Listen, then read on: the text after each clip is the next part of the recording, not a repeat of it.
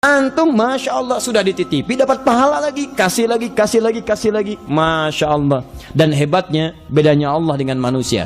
Antum kalau dititipkan, dikembalikan titipan dalam keadaan baik, apa respon orang yang menitipkan? Saya nitip handphone nih, begitu dirawat dengan baik, diambil, bagus handphonenya, bersih. Bagaimana kemudian respon saya kepada yang menitipkan tadi? Terima kasih. Mengucapkan aja terima kasih. Terima kasih. Allah tidak. Begitu antum bersyukur dengan titipan, ditambah oleh Allah. La in syakartum la azidannakum. Begitu di akhirat dikembalikan jadi milik antum selamanya. Dan lebih baik daripada keadaan yang saat di dunia. Nah, sekarang saya ingin tunjukkan kepada antum, ini 4 titipan pokok. Antum mesti hati-hati. Manhaj ini yang antum gunakan seperti sahabat Abbas radhiyallahu ta'ala anhu. 1.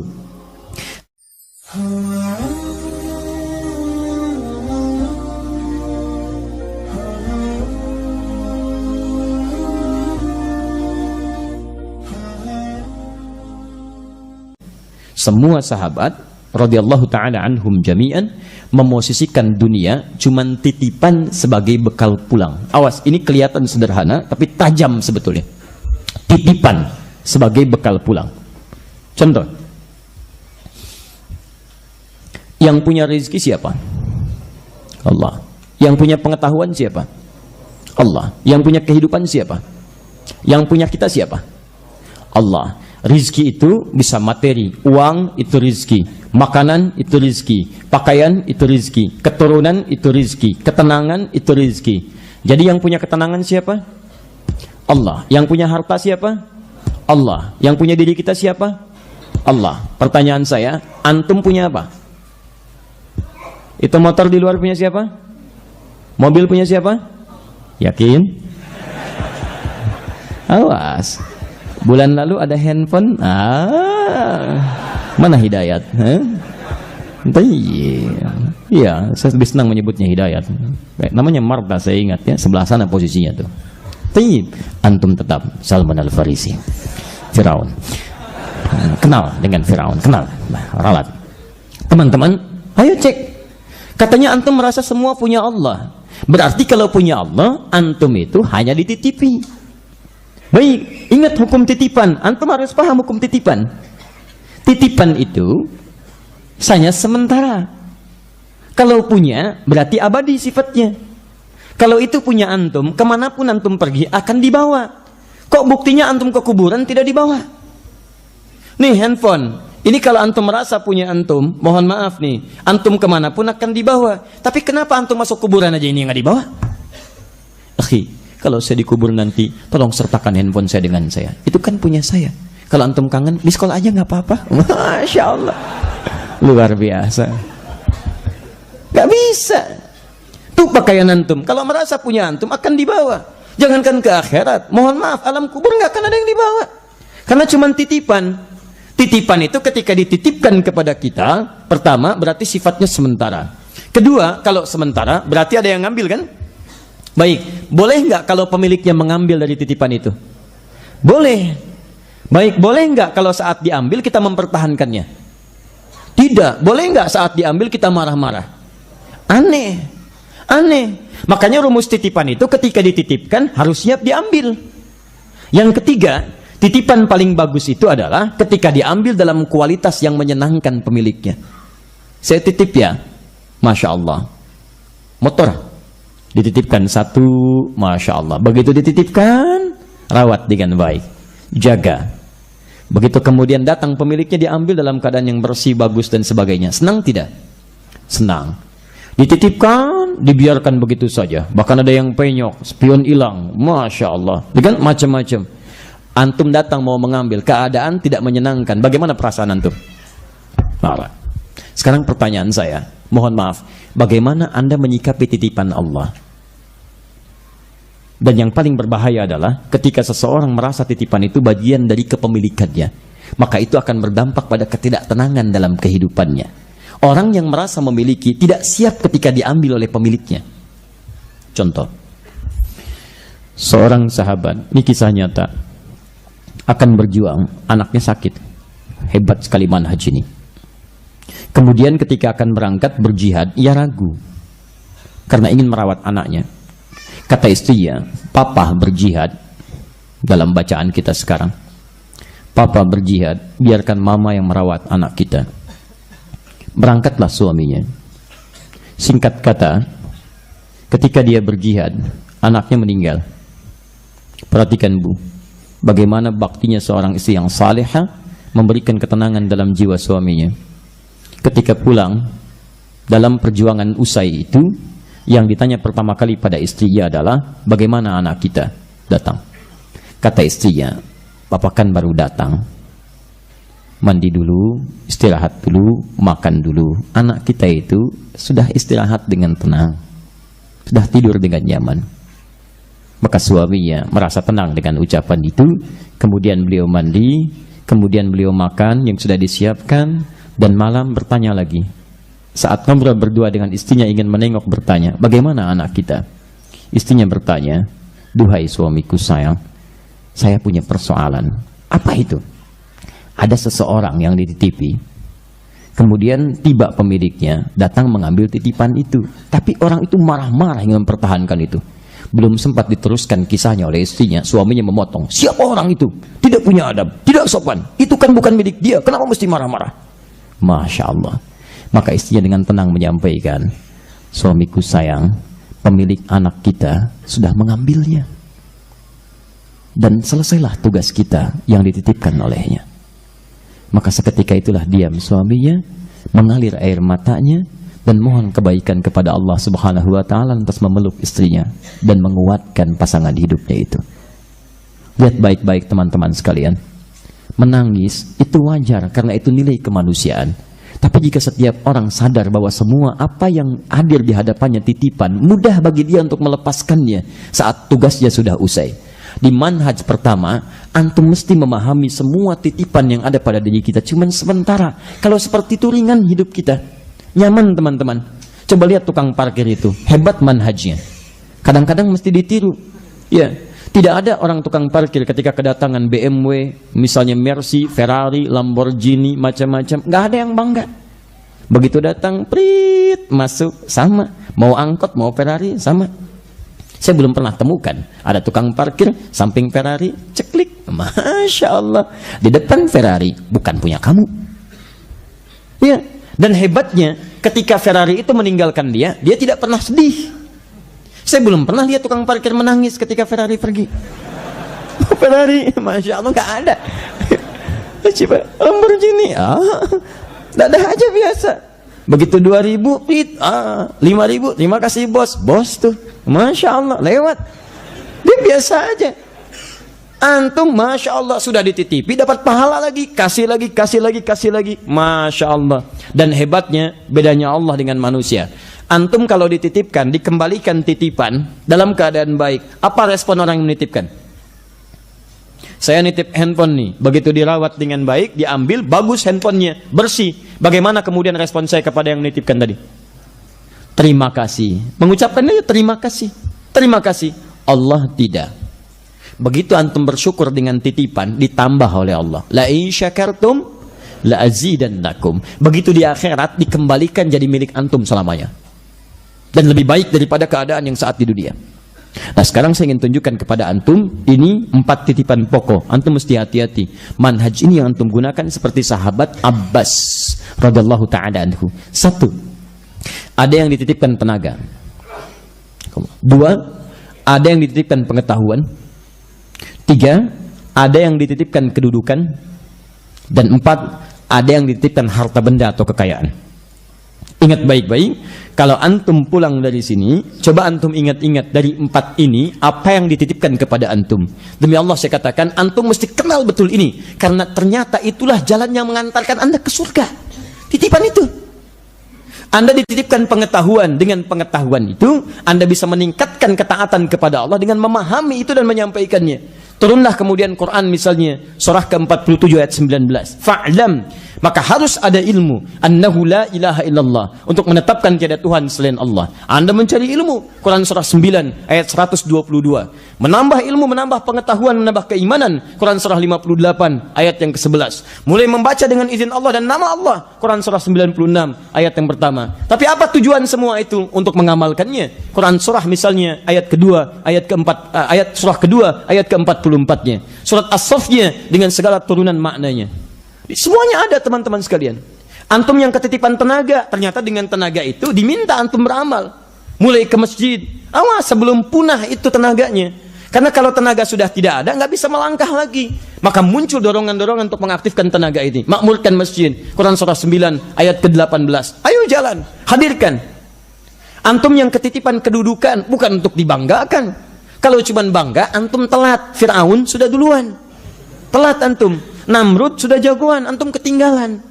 Hukum kedudukan itu hukumnya ada di Quran, misal surah ketiga Ali Imran ayat ke-26. Allah yang titipkan, bukan antum yang minta. Qulillahumma malikal mulki tu'til mulka man tasha wa tanzi'ul mulka mimman tasha. Terserah Allah. Antum keluarkan uang sebanyak-banyaknya untuk dapat kedudukan, kalau Allah tidak berkehendak gak akan jadi antum. Gak akan jadi. Kenapa? Karena Allah yang titipkan. Kadang-kadang ada yang diberikan oleh Allah Subhanahu wa taala pada orang baik untuk menyebar kebaikannya. Ada yang diberikan pada orang zalim untuk diketahui kezalimannya. Besok-besok diperbaiki keburukan itu.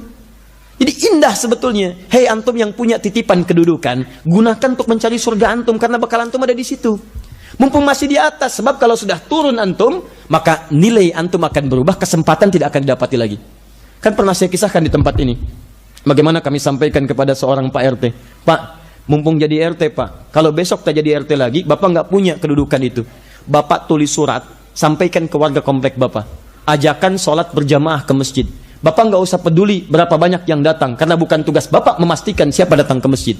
Tugas Bapak menuliskan surat. Ada yang ke masjid dengan izin Allah, maka Bapak dapat bagian dari pahalanya. Tidak ada yang ke masjid, nggak ada masalah Pak, Bapak dapat pahala dari tulisannya. Begitu itu edaran disebarkan, Masya Allah, luar biasa. Satu orang ke masjid, dua orang ke masjid, dapat pahalanya. Kan jabatan cuma sebentar. Ustaz, yang ke masjid 1, 2 orang, 5 orang, besok kita ganti pacaranya. Subuh kita ke masjid, Sabtu aja dulu Pak, kita beli buah malam-malamnya. Masya Allah, beli buah, database-nya ada. Pulang dari masjid kita kunjungi. Assalamualaikum Pak, apa kabar? Baik, Alhamdulillah. Tumben ke sini Pak. Iya, tadi kami ke masjid, Bapak nggak ada, kami kira sakit nih bawa buah. Masya Allah. Besoknya ke masjid dia. Masjid. Betul Pak, begitu datang. Pada ke masjid akhirnya. Alhamdulillah. Di antum mumpung masih punya kebijakan, punya polisi di situ, kebijakan, ada kedudukan, manfaatkan. Ya, bikin kebijakan-kebijakan yang baik. Larangan berkata-kata yang tidak baik. Ayo, bikin. Begitu dituliskan, tuliskan. Masya Allah, pahala untuk antum dalam kebaikan-kebaikan. Di teman-teman, harta juga begitu. Begitu dititipkan, sama. Lihat pesan Al-Quran ketika mengisahkan Qarun. Quran surah ke-28 ayat ke-77 itu. Wabtaghi fima ataqallahu daral akhirah. Wala tansa nasibaka minad dunya. Hei, harta ini itu bekal terbaik kamu mencari surga. Kamu tidak harus melupakan dunia, silahkan dapatkan dunia secukupnya yang kamu perlukan. Anak-anak, ayo, yang terbaik sekolahnya, yang paling bagus, yang mendekatkan dengan Allah. Antum nikmati kehidupan dunia yang sebutuhnya antum wajar dapati. Nabi pernah mengajak Abu Dzar Al-Ghifari. Begitu lihat gunung Uhud, kata Nabi, "Hei Abu Dzar, kalau saya diberikan emas sebesar gunung ini, maka yang pertama saya lakukan adalah memenuhi hajat saya, melunasi hutang-hutang saya. Setelah itu cukup kebutuhan saya berikan kepada orang yang membutuhkannya." Titipan. Di kelaman haji kita gunakan dalam kehidupan kita. Kita nikmat dan tidak pernah merasakan kehilangan. Di kadang-kadang saya suka bingung saya. Ada orang merasa rugi pada apa yang dia tidak punya. Aneh itu. Kan yang punya Allah dititipkan pada antum. Kenapa ketika Allah ambil antum merasa rugi? Kalau antum yang punya, antum boleh merasa rugi. Tapi kalau Allah yang punya, Allah akan kehendaki bagaimana harta itu menjadi pahala untuk antum. Makanya mumpung masih ada kesempatan, gunakan pada yang terbaik. Kadang-kadang jalannya dibuka oleh Allah Subhanahu wa taala. Antum cuma ikhtiar aja. Mohon maaf ya. Kadang-kadang maaf, ikhtiar itu bisa positif, bisa negatif. Positif, sedekah, infak, gunakan yang baik, ya buat perusahaan yang baik, buat dagang yang baik, yang tanpa ribanya misalnya sebarkan orang bekerja tempat antum dapat pahalanya. Itu teman-teman. Ada lagi yang kelihatan negatif, tapi sebetulnya banyak kebaikan di situ. Misal, harta orang halal, orang baik, hartanya halal. Harta orang tidak baik, maaf, rizkinya yang haram. Datang antum ke masjid, Masya Allah, sepatu baru beli Pak. Dan antum baru berhijrah, saya ingin berhijrah, ya Allah, Masya Allah, pakai sepatu baru. Datang ke Aqabah, pulang dari Aqabah, hilang sepatu. Misal, ya Allah, kenapa ya Allah? Kenapa? Masya Allah. Why me? Why not? Kata Allah. Ya, Masya Allah. Kenapa saya? Karena kamu yang terbaik. Ada cara Allah membuat sebagian harta kita itu jadi pahala untuk kita. Apa diantaranya? Maaf, diambil oleh Allah subhanahu wa ta'ala, selesai tugas antum. Sepatu baru itu akan bersaksi di hadapan Allah subhanahu wa ta'ala pernah dipakai ke masjid. Sudah, titipan sepatu itu buat mengantarkan ke masjid. Jadi tidak pernah digunakan dalam hal yang maksiat, yang tidak baik. Alhamdulillah, kalau cara baca antum seperti ini, nggak akan mengeluh antum. Enak. Tapi jangan dibiarkan begitu juga, keenakan pencuri nantinya. Maksudnya antum ikhtiar dulu, cari, tanyakan, nggak ketemu, alhamdulillah. Sepatu ini mengantarkan anda ke masjid. Rizkinya pencuri yang haram, ketika dia ngambil dosa dia. Tapi tugas antum selesai. Sepatu itu yang bersaksi untuk antum, nyaman, antum enak, tenang. Di teman-teman, kadang-kadang husnudzan kepada Allah penting dalam setiap keadaan. Kelihatannya tidak menyenangkan, tapi begitu dijalani, antum cuma ikhtiar, jangan fikirkan yang tidak menyenangkannya. Kami di Pontianak kemarin Pak, schedule kami Ahad sore kembali. Tapi Allah berkehendak lain. Ingin hati terbang ke Jakarta, kehendak Allah itu yang kami ikuti. Tetap bertahan di Pontianak. Tiba-tiba, Masya Allah, kasih hujan. Baru pertama kali terjadi hujan, banjir runway-nya. Gak bisa dilewati pesawat. Yang take off, yang landing gak bisa. 4.000 orang gak bisa terbang. Disitulah terlihat bagaimana kebeningan iman itu bisa didapatkan. Ada orang marah-marah, macam-macam. Kenapa begini? Kenapa tidak terbang? Sudah tahu banjir, kenapa tidak terbang? Masya Allah, aneh orang. Antum itu ada kaidah mengatakan begini. Kalau sesuatu sudah diatur, antum jangan ikutan mengatur. Tuh. Dan yang kedua, jangan pernah buang energi pada yang sudah pasti. Misal, mencela perbuatan tercela. Itu nggak ada kerjaan. Sesuatu yang sudah tercela, nggak usah dicela lagi. Antum buang-buang waktu. Lebih baik didoakan pada kebaikan. Sama dengan merasa bangga pada pujian yang tidak ada. Kata antum, segala puji milik Allah. Kenapa pengen dipuji? Gak usah pengen dipuji, karena antum itu tidak punya pujian. Bangga pada pujian sama dengan maaf, tidak ada kerjaan. Seperti marah saat dicela pada sesuatu yang kita tidak miliki. Antum dicela orang, antum tidak punya celaannya, antum gak usah marah, karena antum tidak punya celaan itu. Paham ya? Sama. Kasih banjir, kasih hujan, alhamdulillah. Gak usah marah, emang pesawat gak bisa terbang. Antum mau marah pun tidak membuat pesawat terbang. Antum marah tidak terbang juga. Jadi lebih baik ikuti hukum Allah. Apa yang terjadi? Masya Allah. Ustadz mohon maaf. Apa ya tuh mohon maaf? Lebih baik kita nikmati karunia Allah subhanahu wa ta'ala. Akhirnya Masya Allah, dengan tidak terbang itu kepiting datang. Udang Pontianak, Masya Allah. Durian Pontianak, makanan khas. Dibawa makan di kapal lewat sungai Kapuas, Masya Allah. Saya sampaikan teman-teman di sana, termasuk pada teman penghafal Quran. Akhi, kalau semua yang tidak terbang itu tahu dengan tidak terbang akan makan kepiting, akan banyak berdoa orang di Allah mudah-mudahan tidak terbang. Hikmat. Jadi kalau kita cuma baca dengan bahasa-bahasa logika kita, capek kita. Husnudzan itu penting, tapi pada tempatnya. Pada yang harus ada tindakan, lakukan dengan tindakan. Ibu naik bis, di bis ada preman, Masya Allah, tangannya tiba-tiba ke dompet orang lain begini. Husnudzan aja kepada Allah. Bukan husnudzan, itu maling namanya. Tindakan di situ, copet, jelas. Tapi pada sesuatu yang sifatnya wajar kita lihat dengan iman, gunakan iman kita. Itulah Abbas. Dan yang paling hebat adalah ini yang paling penting, titipan keluarga yang berkumpul 4 hal tadi. Nah, Abbas ini salah satunya menggunakan titipan dunia dari Allah untuk bisa memperbaiki keluarganya supaya dekat dengan Allah. Karena yang dibawa ke akhirat nanti itu bukan titipan dunia yang 4 tadi, itu cuma bekal. Yang bisa kita bawa salah satunya mengantar ke surga itu keluarga besar kita. Saya berikan kabar baiknya, Quran surah 13 ayat 23 sampai 24. Perhatikan baik-baik. Jannatu 'adnin yadkhulunaha. Allah siapkan surga Aden. Dan ada orang-orang yang akan memasukinya. Wa man salaha min abaihim, dan orang-orang soleh dari ayahanda dan ibundanya, orang tuanya. Jadi ketika masuk surga, ayah ibu antum ikut bareng-bareng nih. Wa azwajihim, pasangan-pasangannya. Jadi kalau suami istrinya ikut ke surga, bapak ibu suami, bapak ibu istrinya. Wa dzurriyyatihim, dan semua keturunannya, bukan aulad. Kalau aulad anak-anak, kalau dzurriyyah anak punya anak lagi, punya anak lagi, punya anak lagi sampai berakhir kehidupan. Sepanjang mereka saleh, salatnya saleh, maka ke surga bersama-sama. Tidakkah Anda bisa membayangkan dalam pelukan dunia, tadi saya lihat seorang ibu bawa anaknya, timang, senyum begini. Apa Anda tidak mempersiapkan kehidupan akhirat nanti? Bagaimana jika suatu saat berpisah? Karena sudah ada kisah di masa lalu, suami berpisah dengan istrinya, seperti Nabi Nuh, Nabi Lut berpisah dengan istrinya. Istri berpisah dengan suaminya, seperti Asia berpisah dengan Fir'aun. Kisah itu ditampilkan pada kita bukan untuk jadi cerita, tapi supaya antum menata manhaj hidup antum. Jangan sampai antum seperti itu. Maka itulah dibaca oleh para sahabat. Umar bergerak menata anaknya, Amr bin As menata anaknya, Abbas menata anaknya, mau laki-laki mau perempuan. Malik meninggal, istrinya Malikah, anaknya Anas ditata lagi oleh ibunya, single parent. Maka Abbas menjadikan aset kehidupannya untuk bisa membawa aset keluarganya. Beliau menginginkan bukan cuma saya yang soleh sendirian, anak saya, keluarga saya, kerabat saya, yuk masuk surga bersama-sama. Apa antum tidak membayangkan nikmatnya melihat senyuman anak kita tiba-tiba berpisah di akhirat nanti? Dan itu abadi. Kalau berpisah dunia, besok kita lihat. Tapi kalau berpisah akhirat, kapan antum bisa lihat lagi?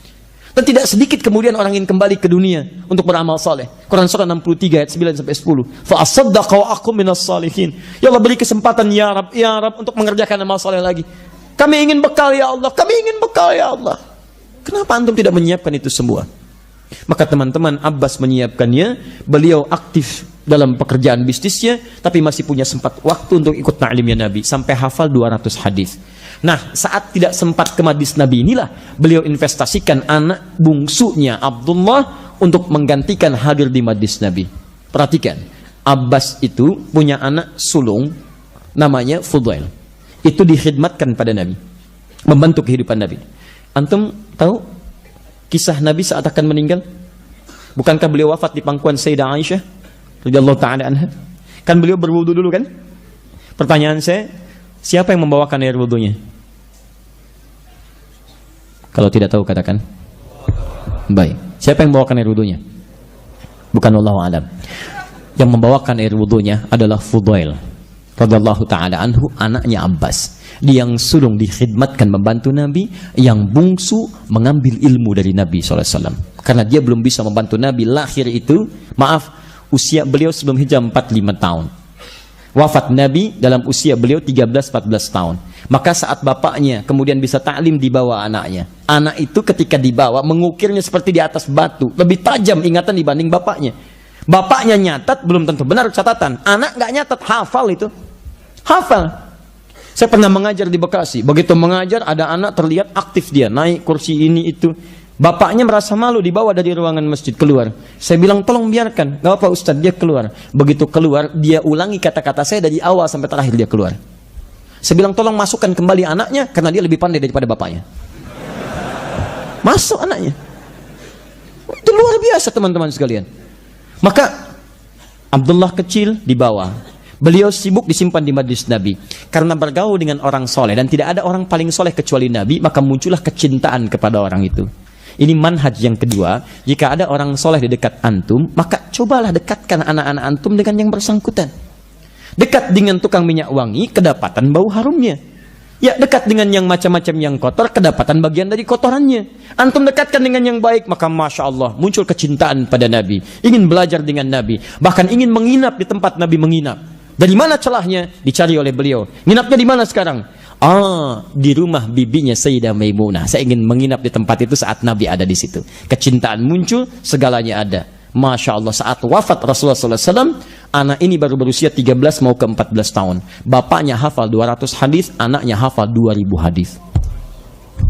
Dan setiap hadis yang disampaikan, bapaknya dapat pahalanya. Sampai ulama mengabadikan dalam kitab hadisnya, ketika disebutkan kalimat Abdullah, hilang Abdullahnya, ibnunya muncul, Abbasnya yang muncul. An ibni Abbasin, anak Abbas, anak Abbas, anak Abbas. Apa maksudnya? Ingin memberikan pesan kepada kita para ulama hadis. Hei, Abbas itu keluarga Nabi, sahabat Nabi, pengusaha sukses, surganya dekat dengan Nabi SAW, dan Masya Allah, dibalik kesuksesannya, bisa membuat anaknya pun sukses. Antum bukan sahabat Nabi, bukan paman Nabi, maaf tidak sekaya Abbas, surga belum terjamin, tidak ada ayat Quran menjamin Quran antum, dan tidak ada ayat Quran menjamin surga antum. Pertanyaannya, hei antum sekalian para ayah, berapa banyak waktu antum diinvestasikan untuk membuat pendidikan terbaik untuk anak-anaknya?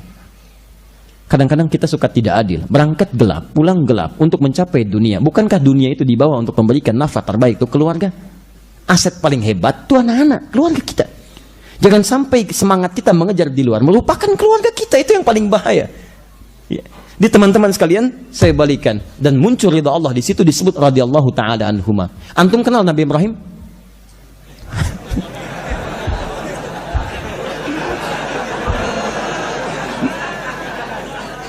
Begini Salman, siapa yang tidak antum kenal? Pemirsa, ini luar biasa ini. Setiap saya tanya seseorang, beliau kenal. Fir'aun kenal. Malam ini Nabi Ibrahim, luar biasa. Baik. Antum nggak nabrak tiang tadi ke sini.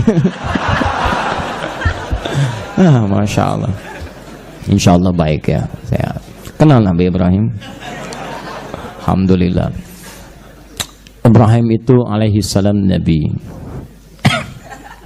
Gelarnya Khalilullah.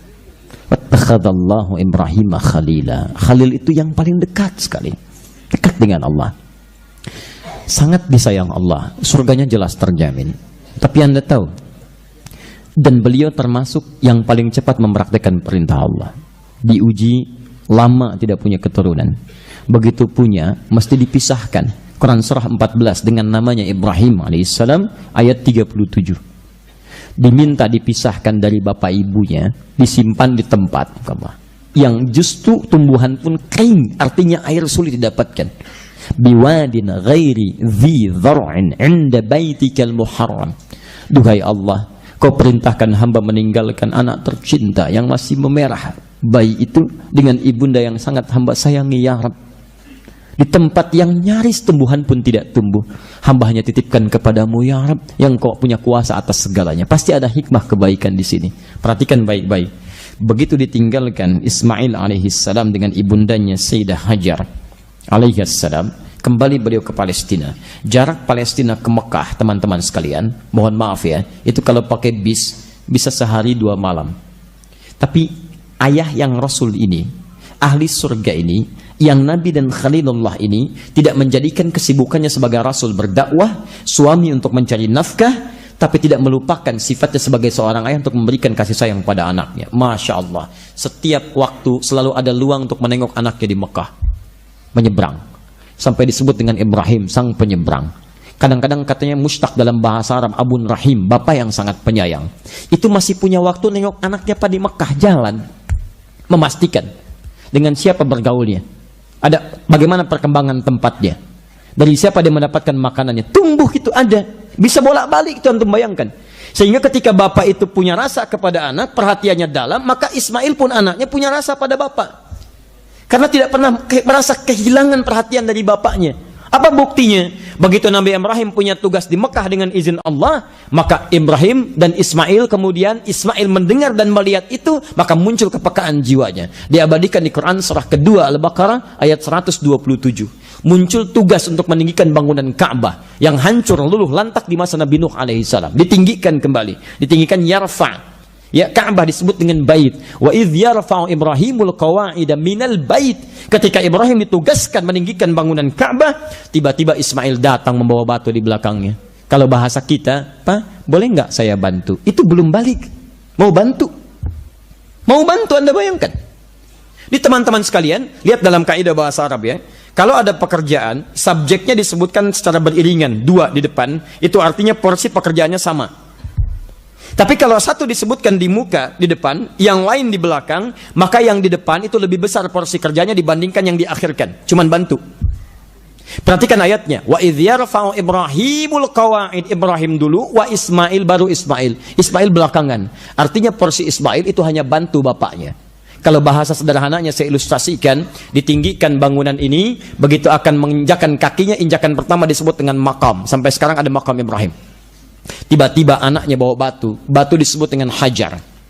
Hajar. Masya Allah. Hajar aswad. Batu apa? Hitam. Apakah warnanya hitam?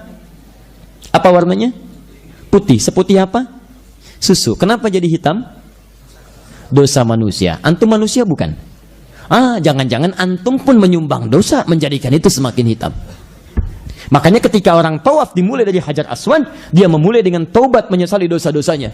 Dan sebagai gambaran, sehitam apapun dosa yang engkau bawa ke sini sampai menyebabkan batu ini menjadi hitam, dengan izin Allah kalau engkau bertobat seperti Nabi Ibrahim pernah menyampaikan kalimatnya, diampuni, digugurkan dosa-dosanya pada saat itu. Maka dia kemudian dengan izin Allah beliau alaihi salam kaki pertama melangkah makam, maka anaknya membawa batu. Batu itu kalau disusun-susun jadi semacam bagian tertentu seperti benteng disebut hijrah. Kalau berbentuk bangunan ada ruang disebut hujrah, jamaknya hujurat. Ismail nyusun bagian tertentu, nyusun. Susunan sebelah sini disebut sampai sekarang dengan hijr Ismail. Itu bagian dari Ka'bah. Salat di dalamnya sama dengan salat di dalam Ka'bah. Teman-teman, pertanyaan saya, bagaimana mungkin Nabi Ismail alaihissalam bisa membantu bapaknya kalau tidak punya rasa pada bapaknya? Dan bagaimana mungkin bapaknya, maaf, bisa mendapatkan rasa itu kalau tidak ada perhatian dari bapak terhadap anak? Yang hebat itu, maaf, Nabi Ibrahim, Nabi, Rasul, suami, bapak. Di balik kesibukannya sebagai seorang suami mencari nafkah, sebagai seorang Rasul dan Nabi menyampaikan risalah, masih punya waktu untuk menengok anaknya jalan kaki. Antum sesibuk apa sih? Nabi bukan, Rasul bukan, Khalilullah juga bukan. Surga belum ada jaminan. Kerja lagi, tapi tidak pernah punya waktu untuk melihat perkembangan anaknya. Jadi pantas kalau kemudian anaknya tumbuh tidak punya perhatian terhadap antum. Kalau satu kali anak tidak mendengar tentang apa yang antum sampaikan, tolong jangan marahi anak. Ingat-ingat dulu berapa besar perhatian antum kepada anak antum. Coba kalau antum sedang cuci mobil, bantu nggak anaknya? Kalau anak diminta bantu tidak bantu antum, jangan marahi dulu. Ingat-ingat dulu, istighfar dulu. Mungkin antum yang kurang perhatian. Jangan-jangan antum yang cuci, anak yang pakai. Ibu yang nyapu, anak yang ngasih komando. Mama, itu nyapunya kurang bersih. Itu belum, ayo. Masya Allah, ayo belum. Jangan marah. Ngatur mama ya. Mama yang kurang perhatian. Lihat. Dan hebatnya, kalau perhatian antum sejalan dengan jiwa, maka anak pun tidak rela kemudian meninggalkan ayah dan ibunya dalam keadaan menderita, mengorbankan jiwanya. Itu hal yang biasa. Maka ketika Nabi Ibrahim diperintahkan di mimpi, cuman mimpi pak, mimpi bu, menyembelih anaknya. Quran surah 37 itu ayat 102 sampai 109. Inni ara fil manami anni azbahuka fanzur madza tara. Lihat, ketika Ismail sudah semakin dewasa, cara komunikasinya beda. Bukan sayang lagi, bukan perintah lagi, tapi jadi teman. Ini manhaj dari Al-Quran. Ajak diskusi. Ibrahim bisa menyampaikan karena beliau Nabi. Ismail, sini. Iya pak, kenapa? Siap-siap. Kemana pak? Sembelih. Bisa. Tapi apa yang disampaikan? Nah, papa lihat di mimpi, papa sembelih Ananda. Bagaimana pendapat Ananda? Hebatnya anak ini karena dapat perhatian jiwa dan raga dari ayahandanya, tidak nunggu waktu. Kata beliau, ya abad tif'al. Bahasanya menggunakan ada tif'al. Kerjakan sekarang. Jangan tunda. Satajiduni insyaallah minas sabirin. Ayah insyaallah dapati saya termasuk orang sabar. Jangan tunda ayah, kerjakan. Itu pasti kebaikan. Pertanyaan saya, pulang antum dari sini ya. Sampaikan pada anak.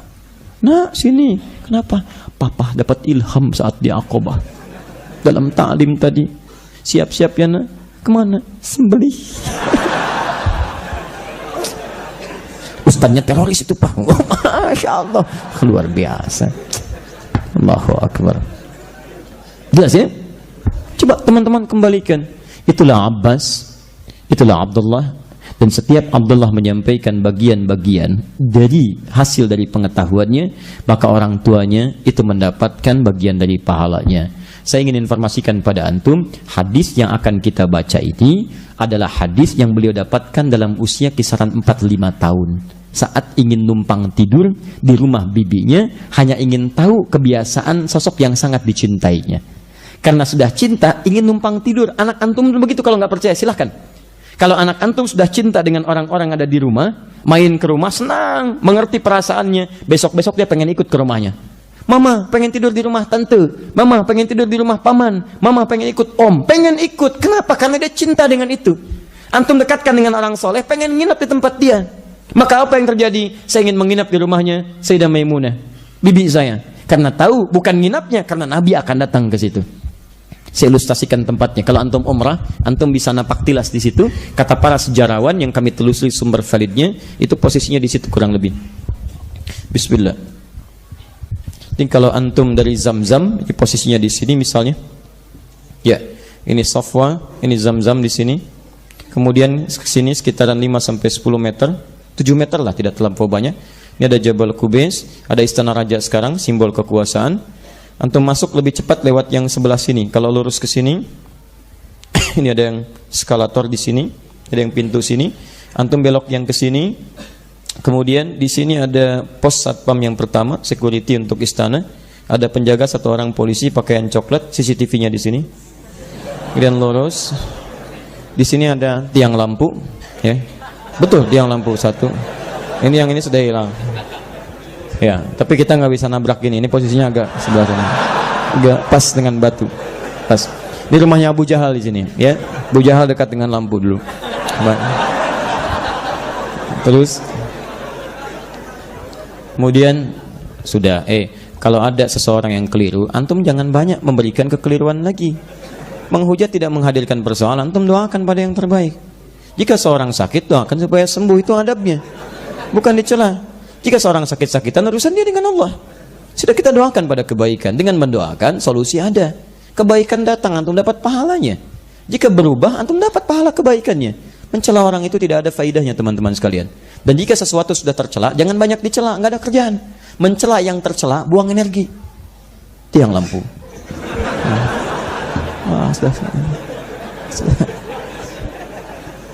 Dah, ini lokasi yang konon diduga sebagai tempat Nabi dilahirkan. Warna krem sekarang disamarkan jadi Al-Maktabah Qadimah Museum. Di tempat ngambil air zam-zam dengan jerigen. Jadi kalau butuh air zam-zam banyak, antum jangan ngambil yang di keran-keran depan masjid sini. Antum belok ke sini, ambil dari sini. Itu nanti ada keran khusus di situ, pakai selang. Bawa jerigen seperti ini. Kalau butuh misalnya di kamar, isi lagi bawa dari sini. Ini bebas, teman-teman sekalian. Kemudian tarik garis lurus ke sini, ada turun di sini tangga ke pintu Babus Salam. Ada yang pakai eskalator di sini, ada yang pakai tangganya ke sini turun. Sini ada penjaga, ada kursinya warna merah. Kemudian di sini ada yang pakai pakaian jubah, yang di sini polisi biasa dan itu berjenggot yang panjang satu orang. Kisaran 57 tahun lah. Ya. Kemudian turun sini. Pintu yang sini, ini Babus Salam, ini Babu Ali. Nah, di pintu sinilah rumahnya Abbas bin Abdul Muttalib. Ini pintunya, ini rumahnya.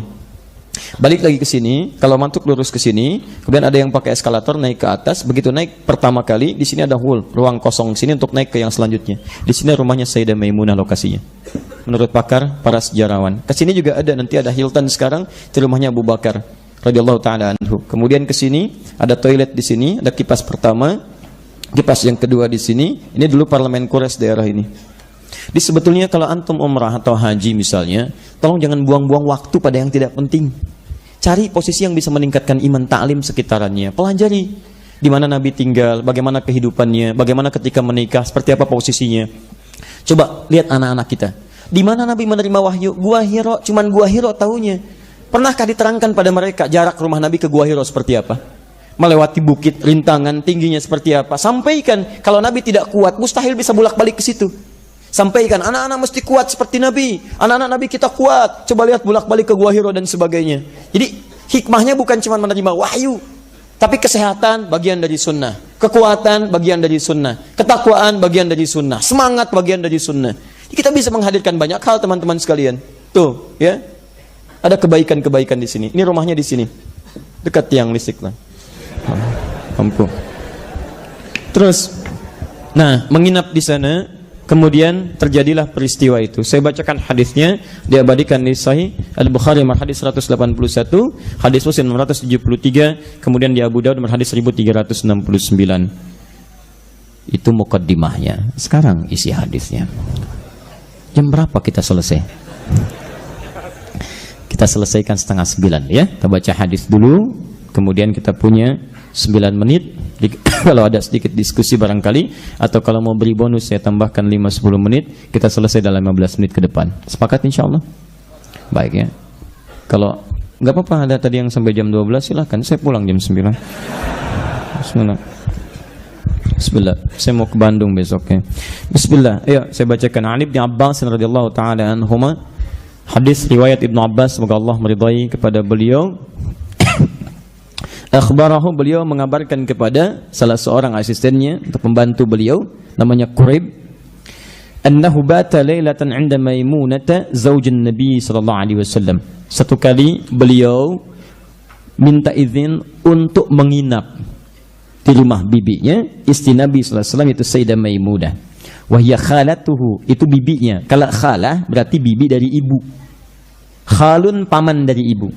Kalau ammatun berarti bibi dari ayah. Amun, paman dari ayah. Tayyib. Fattaja'at fi ardil wasadati, kemudian bibinya mulai beristirahat. Wattaja'a Rasulullah sallallahu alaihi wasallam wa ahlu fi taliha. Maka beliau pun kemudian beristirahat sallallahu alaihi wasallam ya bersama keluarganya. Ini yang menarik. Fanama Rasulullah sallallahu alaihi wasallam hatta dhantasafa al-lailu aw qablahu biqalil aw ba'dahu biqalil. Ini manhaj pertama. Sampai beliau beristirahat, kemudian bangunlah beliau di pertengahan malam, lebih sedikit atau kurang sedikit. Pertanyaan saya, anak 4-5 tahun biasanya tidurnya jam berapa? Cepat. Kemudian, maaf, bangunnya jam berapa? Ini anak, saking cintanya dengan Nabi SAW dan ingin meniru Nabi, sampai kita bisa lihat tidur pun ingin tahu bagaimana bangun tidurnya Nabi. Artinya anak ini setengah terjaga dalam malamnya untuk mengetahui kebiasaan Nabi. Antum tinggal belajar aja perjuangan anak ini mengikuti Nabi sampai mendapatkan kebiasaannya. Bagaimana bisa muncul sifat begini kalau tidak dididik oleh kedua orang tuanya? Maka saya melihat anak-anak kecil sekarang, Masya Allah, saya berdoa kepada Allah, mudah-mudahan keindahan Islam itu muncul sinarnya dari Indonesia, insya Allah. Sekarang anak-anak penghafal Quran, Masya Allah. Saya ke Pontianak, sahabat kami ada yang alumni Madinah, Masya Allah, anaknya 5-4 sudah hafal Quran semua, tinggal 1 yang tinggal sedikit lagi. Sebagian tempat yang lainnya ada 2-3 tahun sudah mulai diberikan mendengarkan Quran, 4 tahun sudah ada yang hafal Quran, sekian hafal Quran. Kalau sudah cinta dengan Quran, Masya Allah, ahli Quran pasti tahajud. Kalau anak 4-5 tahun sudah mulai tahajud, itu luar biasa. Anak ini ngambil manhajnya. Malam, kata beliau, Nabi kalau bangun malam itu bangunnya pasti sebelum subuh. Kapan? Pertengahan malam lebih sedikit. Ya, kalau kita subuh jam 4 sekarang misal, ya 1:30 bangun dah. Ya, bangun. Dan Nabi itu manhajnya bagus. Nanti kalau sudah sampai ke akan tidurnya Nabi, saya terangkan kapan Nabi tidur, sehingga bisa bangun tidak terlambat dalam subuhnya. Ya, maksudnya sebelum subuh sudah bangun untuk tahajud dan teratur tidurnya. Nanti barangkali di akhir pertemuan bocorannya itu Nabi itu pertama beliau tidur itu lebih cepat setelah Isya. Jadi kalau selesai Isya tidak banyak keperluan, cuman diskusi dengan istrinya, evaluasi diri, muhasabah, langsung istirahat. Ingat-ingat, saya sekarang mengerjakan apa? Ada salah enggak? Nabi masih berpikir salah, padahal beliau maksum. Istighfar 70-100 kali. Ya, dan tidak sungkan minta maaf pada istrinya kalau ada kekurangan dalam keadaan dirinya. Lalu beristighfar, berdoa, setelah itu kemudian miring ke kanan, dan setelah itu baru istirahat. Jadi disebutkan dalam keterangan para ulama, beliau itu tidak begadang kecuali ada perlunya. Betul, betul. Di begadang, baik ya. Begadang itu jangan begadang kecuali ada perlunya. Betul, kalau ada perlunya, baru beliau dengan sahabat ada perlu diskusi lama, merencanakan strategi, membahas perkembangan Islam. Ada perlunya, baru diskusi. Setelah itu istirahat. Bahkan pernah terjadi dalam perjalanan malam-malam. Wah, sudah menjelang itu dini hari, kata Nabi SAW, Bilal, kami mau istirahat nih, kamu jaga dulu supaya tidak kita kesiangan. Kata Bilal, ya Rasulullah, saya ikut istirahat. Insya Allah saya bangun juga. Saya bangun juga, kita tidak kesiangan. Kamu jaga, saya istirahat ya Rasulullah. Masya Allah, apa yang terjadi? Luar biasa. Bangun semuanya saat matahari sudah sampai kemudian ke dalam wajah Nabi yang mulia SAW. Bangunnya pada subuh. Kesiangan dalam bahasa manusia. Kemudian bangun Nabi SAW, merasakan sinar mentari. Kata Nabi, wailak ya Bilal, celaka kamu Bilal. Kalau tidak sanggup jangan katakan bisa.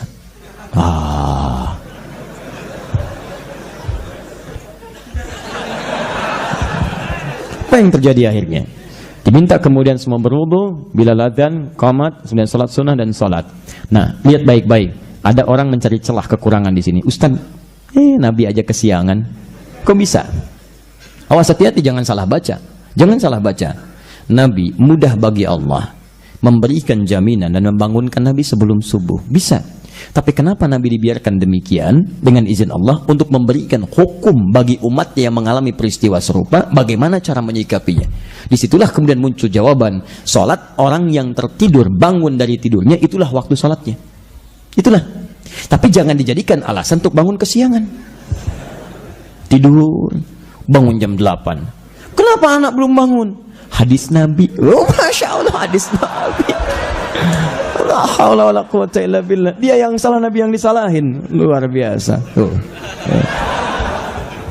Masya Allah. Taib. Jadi satu, Nabi tidak pernah terlambat bangun. Tidak pernah itu keadaannya. Dimalulah sama Nabi. Nabi aja yang surganya sudah jelas turun dengan surah turun surah Al-Kautsar. Inna a'tainakal kautsar, itu jaminan surga bagi Nabi. Masih mau tahajud sampai bengkak-bengkak. Ditanya, afala akunu 'abdan syakura. Ringan aja kalimat lisannya. Apa enggak boleh aku jadi hamba yang bersyukur? Kita malulah. Kita bukan Nabi, keadaan kita biasa. Kenapa kita tidak berlomba meningkatkan amalan-amalan terbaik kita? Nah, kemudian saya bacakan cepat. Ini inti amalan dan ini PR kita sampai bulan depan. Perhatikan baik-baik. Istaiqadha Rasulullah sallallahu alaihi wasallam. Maka bangunlah Rasulullah sallallahu alaihi wasallam. Sunnah pertama. Sunnah pertama, sunnah bangun tidur. Fajalasa. Satu, maka saat bangun itu beliau duduk terlebih dahulu. Jadi sunnah pertama yang dicontohkan Nabi, kalau bangun dari tidur jangan langsung beraktivitas. Begitu bangun langsung pengen jalan misalnya, itu bahaya. Bangun, duduk dulu sampai kemudian kesadaran kita itu terhadir dengan sempurna. Jelas ya? Tenang dulu, nggak langsung baca doa, pelan-pelan. Jadi bangun itu bukan langsung baca doa. Baca doa itu dalam keadaan kita sadar, bukan tidak sadar baca doa. Antum nggak akan menghayati bagian dari doanya. Alhamdulillah, Masya Allah. Tenang dulu, duduk dulu. Darah mengalir enak, kesadaran terpacu. Satu, ingat ya, kelihatannya biasa, tapi setelah dapat ilmunya, antum amalkan, ada pahala bagi antum. Kemarin antum bangun, duduk, belum tahu hadisnya, belum ada pahalanya. Karena antum sekedar duduk. Tapi kalau duduk antum malam nanti antum bangun, kemudian antum duduk mengamalkan hadis ini, maka karena antum mengamalkan hadisnya dicatat pahala untuk antum. Kelihatannya biasa, tapi setelah tahu amalannya, Masya Allah, antum kerjakan ada pahala. Hati-hati ya, kadang-kadang yang memperberat mizan kita di akhirat itu amalan-amalan yang kita anggap ringan. Barangkali itu yang kita sadari, dan mungkin itu yang paling ikhlas, karena nggak ada yang melihat antum. Niat antum itu cuma untuk bangun saja, nggak ada niat pengen diketahui oleh orang lain. Yang tidur antum sendirian, nggak ada. Jadi begitu bangun, duduk, fajalasa. Kemudian teruskan, yamsahun naum an wajhihi biyadi. Sunnah kedua, dia mulai mengusap bekas ngantuknya dengan menggunakan tangannya. Sunnah kedua. Jadi kadang-kadang ada orang bangun dari tidur dalam keadaan lelap, sebagian dari matanya masih tertutup dan sulit terbuka. Dalam keadaan begitu duduk pun masih begini. Dipaksakan berjalan, mata masih tertutup, susah. Bagaimana caranya? Maka kita halangkan sunnah kedua. Kalau tidur antum membuat antum lelap sampai keadaan tertutup di mata itu, maka sunnah yang kedua antum bersihkan bekas ngantuk itu dengan menggunakan bagian tangan. Perhatikan baik-baik. Tangan, kalau disebutkan yadun, yad, itu berarti dari ini, jari manis, index finger, yang ini, sampai ke sini, bahu. Ini yad namanya. Perhatikan baik-baik ini ya, karena syariat itu begitu detail. Bila terkait dengan ibadah mahdhah yang wajib sifatnya, jelas aturannya, maka Al-Quran dan Sunnah akan langsung memberikan istilah terminologi yang jelas. Misal, yadun, ujung jari sampai ke sini. Kalau cuman ini saja disebut dengan kaffun. Jelas? Kalau cuman jemari saja disebut dengan asabi'. Kalau sampai sini disebut dengan rusulun. Kalau sampai sini disebut dengan sa'id, kalau sampai sini disebut dengan mirfaq. Kalau sampai sini disebut dengan mankib. Ini ke sini disebut dengan yad. Perhatikan baik-baik. Misal, antum berwudu. Ketika ada ayat wudu Quran surah 5 ayat 6, paling kiri sebelah atas, membasuh tangan. Tangan yang disebutkan bukan yadunnya. Kalau yadun disebutkan sampai situ berarti dibasuh dari sini ke sini. Tapi Allah berikan batasnya. Lihat kalimatnya. Ya ayyuhalladzina amanu idza qumtum ilas shalah faghsilu wujuhakum wa aydiyakum ilal marafiq. Basuh tangan sampai siku. Jelas batasnya. Di yang dibasuh, awas hati-hati ya. Kalau saya lebih menguatkan pendapat tangan sampai siku itu dari sini sampai siku, bukan dari siku ke tangan. Jadi ambil airnya. Bismillah. Ambil airnya. Kemudian tumpahkan ke sini sampai ke siku, ke sini. Bukan dari siku ke tangan begini. Jelas ya? Tidak pakai oh, bukan dari sini sini. Bukan. Baik ya? Halo? Ya. Jadi dari sini ke sini itu ada hikmahnya. Nanti lihat tayangan kami di akhir TV menerangkan tentang hikmah ini. Ini ada hikmahnya. Ya, ada hikmahnya dan itu disebutkan langsung di hadis Nabi sallallahu alaihi wasallam. Tayyib, lihat baik-baik. Contoh kedua, An-Nasa'i nomor hadis 886. Ketika antum bertakbir, mengangkat tangan. Batasnya jelas. Ya, lihat. Thumma rafa'a yadahu hadwaman kibaihi. Kemudian mengangkat telapak tangannya sampai ke bahunya. Ini cara pertama. Ya, di Al-Bukhari nomor hadis 715 di sini. Di An-Nasai nomor hadis 1101, maka diangkat mendekat kepada daun telinganya di sini. Bisa menempel, nggak ada masalah. Tapi lihat baik-baik, ketika antum kemudian setelah bertakbir dan meletakkan tangannya, maka jelas bukan yadnya disebutkan. Kemudian meletakkan yadahul yumna alal yusra. Begitu menyebut yad disebutkan kaf.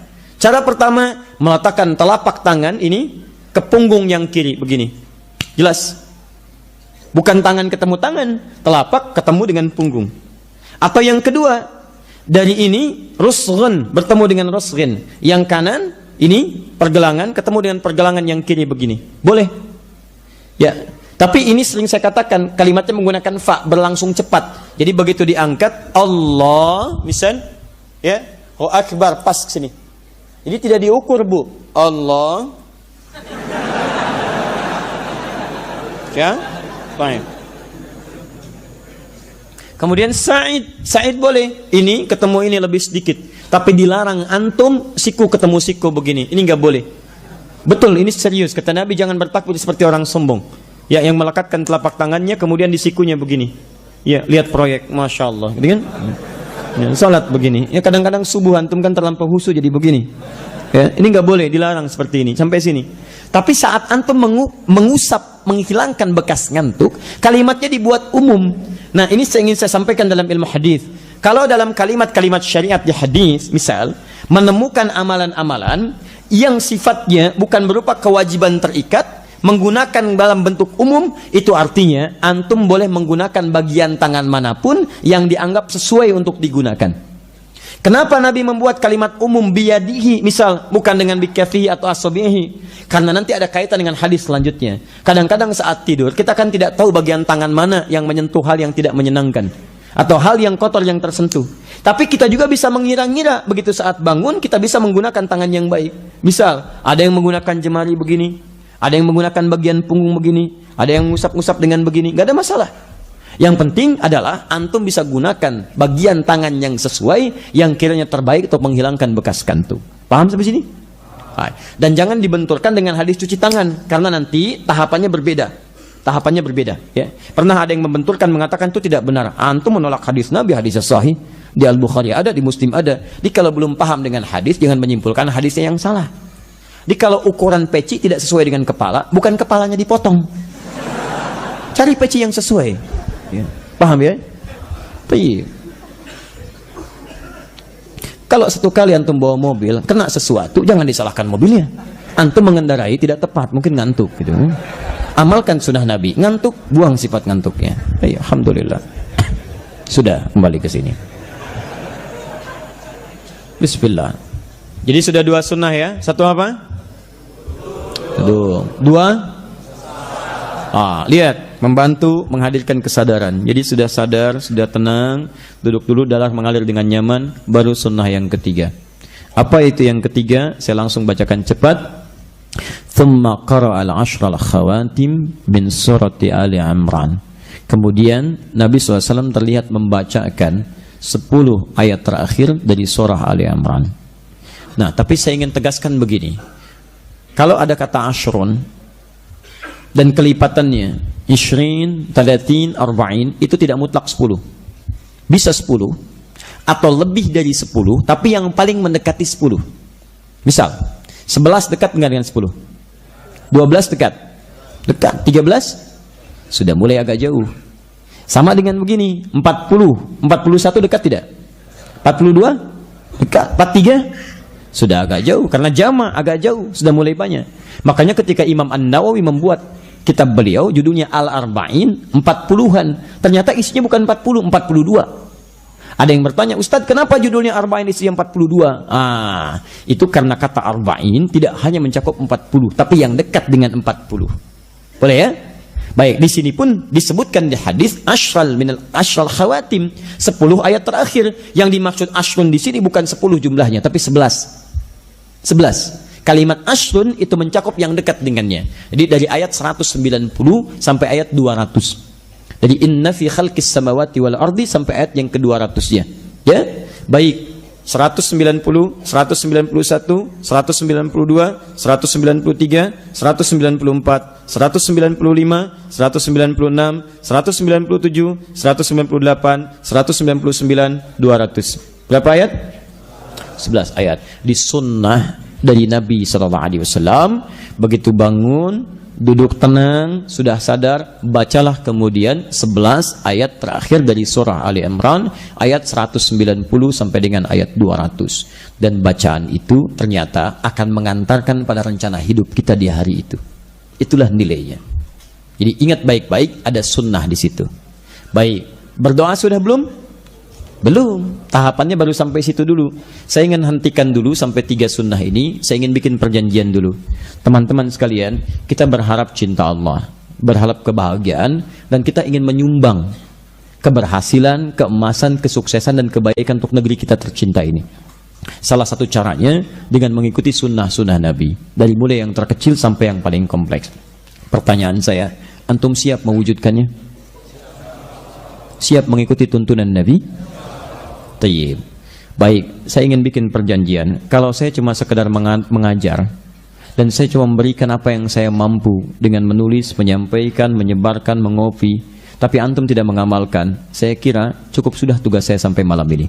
Antum bisa mencari ustadz lain untuk membantu antum supaya bisa mengamalkan apa yang bisa beliau sampaikan. Karena tidak ada faedahnya menyampaikan sesuatu tanpa diamalkan. Maka saya mohon kepada antum, kita harus punya perjanjian mulai malam ini. Setiap yang kita pelajari, maka kita akan punya keinginan untuk mengamalkannya. Siap insya Allah? Baik. Kalau siap, saya berikan antum tugas. Siap insya Allah? Tugas itu dimulai malam ini. Maka kita harus mengamalkan 3 tuntunan sunnah ini. 1, antum mulai kemudian nanti bangun tidur, ingat-ingat ya, duduk terlebih dahulu. Kalau perlu tuliskan samping dinding sebelah kanan, saat antum miring kanan, tuliskan 3 bagian itu. Ya, ingat, bangun, duduk dulu, hilangkan bekas ngantuk, kemudian setelah itu baca surah. Dan diskusi dengan keluarga supaya mengingatkan suami, istri tidur, Pah, ingat sunnah Nabi ya. Siap mah, insya Allah. Begitu bangun, Pah, duduk, sunnah Nabi. Masya Allah. Iya mah, baik. Mama juga jangan bilang begitu, usap dulu sunnah Nabi. Kok kita ngobrol Pah, 10 ayat Ali Imran sunnah Nabi. Masya Allah. Baca. Siap insya Allah? Tayyib. Antum 2, hilangkan bekas ngantuk. 3, baca 11 ayat terakhir surah Ali Imran. Disebutkan ashrun, tapi diterjemahkan dengan 11 ayat dari 190 sampai ayat 200. Nah, saya menginginkan ayat itu tidak sekedar antum baca via mushaf, tapi kita berusaha untuk menghafalkannya. Karena antum kadang tidur, bukan cuma di rumah yang nyaman. Kadang ada tugas, tidak sempat bawa mushaf. Kadang ada keadaan tertentu tidak sempat bawa mushaf. Kalau kita hafalkan itu, maka dimanapun kita bisa praktekkan itu semua. Sepakat? Saya berikan caranya dengan sangat mudah. Kita bertemu lagi insya Allah bulan depan. Ada waktu sebulan. Masa iya nggak bisa menghafal 11 ayat dalam sebulan? Nih, saya kasih gambaran. Paling gampang begini. Bismillah. Saya hapus dulu ya. Ini saya hapus juga nih. Menimbulkan masalah tiang listrik. baik. Bismillah. Perhatikan sini baik-baik. Berapa ayat? Waktunya sebulan. Masya Allah. Ini kalau ingin cepat mudah menghafal Al-Quran, salah satunya coba bagi ke manhaj sholat. Manhaj sholat. Baik, sholat sekali berapa waktu? 5 waktu. Misalnya kalau ingin cepat sekaligus 11. Misal kalau ingatan kita kuat nih ya, ingatan kita kuat. Misal bagi 5. 11 bagi 5 berapa? Ada yang 2, ada yang 3 gitu kan? Saya kita ambil 2 lah, 2. Subuh, antum misalnya 2 ayat dulu. Ya, sebelum subuh, setelah subuh. Sebelum 1 ayat, setelahnya 1 ayat. Kemudian setelah itu 2 ini nanti dibawa praktek dalam sholat sunnah. Duha, 2 ini aja, jangan yang banyak-banyak. Ya. Kemudian setelah itu zuhur boleh ambil lagi. Sebelum zuhur 1 ayat, setelahnya 1 ayat. Antara zuhur praktekkan 4-nya, 4 ayatnya. Kalau ingatan kita kuat ya, 4-4-nya praktekkan. Ba'diyah rakaat pertama 2 ini, baca lagi 2 ini. Asar lagi 2 ayat, demikian seperti tadi. Kemudian maghribnya 2 ayat seperti tadi prakteknya, sampai isya sampai tahajudnya. Begitu tahajud antum bacakan ini aja. Ini aja yang dibacakan. 11 rakaat misalnya, bacakan yang 11 ayat ini saja. Teruskan hari kedua, ketiga sampai pertemuan kita. Kalau ingatan kita belum kuat, bagi aja 30 hari bagi 11. Berapa? Seharinya berapa? Baik, kurang lebih 3 lah ya. Kurang lebih 3. Berarti antum punya 3 hari untuk menghafalkan 1 ayat. 1 ayat 3 hari masa nggak hafal? 3 hari? Ya, cuman 1 ayat. Kalau antum punya investasi dalam setiap 3 hari menghafalkan 1 ayat, maka insya Allah ketika 1 bulan antum sudah hafal 11 ayat ini. Manhajnya seperti tadi, nggak usah banyak-banyak dan jangan maksa ya. Jangan maksa. Mulai besok hari pertama, ayat pertamanya aja 190. 1 ayat ini aja. Selama 3 hari. Cara menghafalnya mulai setelah subuh, hafalkan 1 ayat. Praktekkan dalam sholat sunnah. Duha, baca ini ayat ini aja. Zuhur, baca ayat ini. Qabliyah, ba'diyahnya. Sampai tahajud, baca ayat ini. Hari yang kedua, baca lagi yang itu lagi. Hari ketiga, kuatkan lagi. Pindah hari keempat, pindah hari. Pindah ayat. Sampai kemudian hari yang terakhir, demi Allah saya katakan, kalau cara menghafal antum seperti ini, maka antum akan punya kekuatan hafalan seperti surah Al-Fatihah. Yang kalau diputar-putar, antum tetap hafal. Tetap kuat. Ya, kita punya perjanjian ya. Punya perjanjian. Bulan depan, saat saya kesini lagi, dan membawa insya Allah materi ini, antum sudah hafal 11 ayat Ali Imran di akhir. Siap insya Allah? Siap. Saya ulang, siap insya Allah? Siap. Baik, sebentar.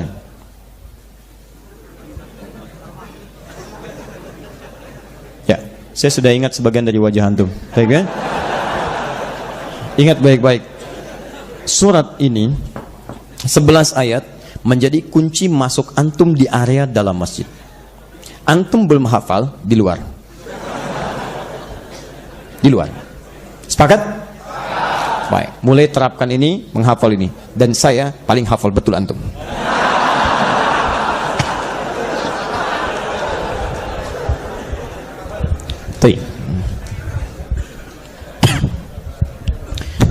Teman-teman, kita tidak perlu ngambil banyak-banyak dulu supaya mengamalkannya mudah.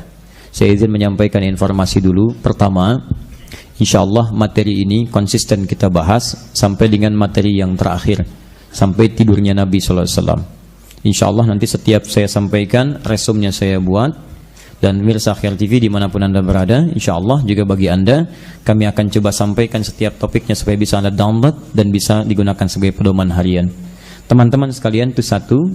Yang kedua, setiap apa yang dibahas kita coba amalkan dan tebarkan lagi sekitaran kita, supaya dengan itu pahala kita meluas.